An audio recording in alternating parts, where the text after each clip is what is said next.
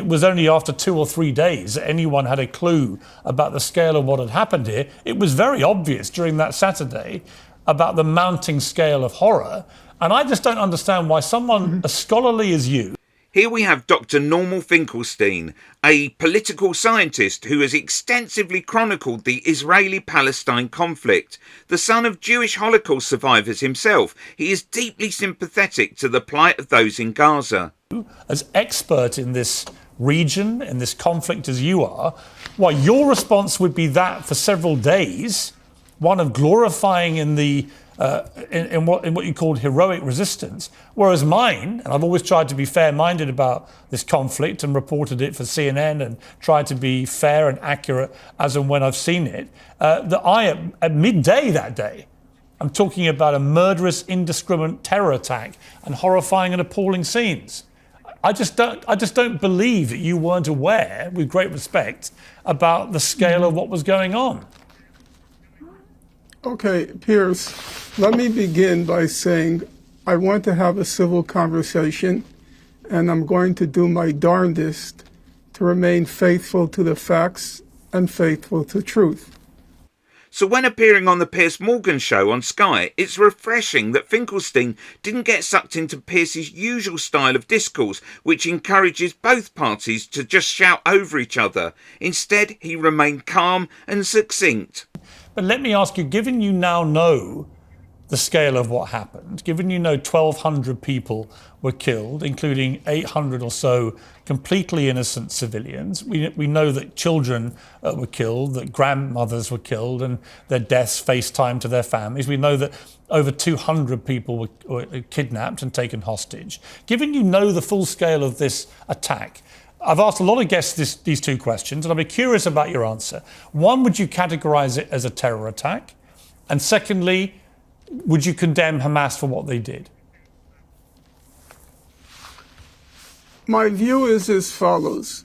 Number one, as far as the evidence shows now, atrocities occurred on October 7th.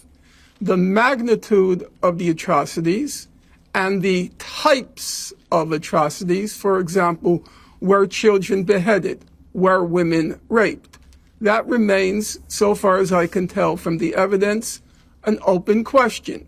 However, that there were atrocities that occurred, my answer is yes. Number two, that's a factual question. Then there's the question was question. it a terror attack? Yeah. Well, atrocities, it seems to me, denotes a terror attack. Okay, thank you. That's what atrocities are. Thank you. Okay. So, number two, that's the factual question. And then there is the legal question. As a matter of law, it seems unquestionable that the people who perpetrated these atrocities would be prosecuted and convicted in a court of law. However, I would say on the legal question, I should think that there would be some mercy shown because those who carried out the atrocities were concentration camp inmates.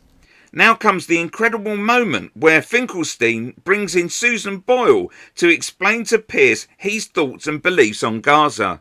But when it comes to what you're saying here, it seems to me what you're trying to paint is a picture of some kind of moral justification for what Hamas did. And that's where you lose me, because I don't see why there could be anyone who can see the scale of what Hamas did on October the 7th and not simply condemn it out of hand.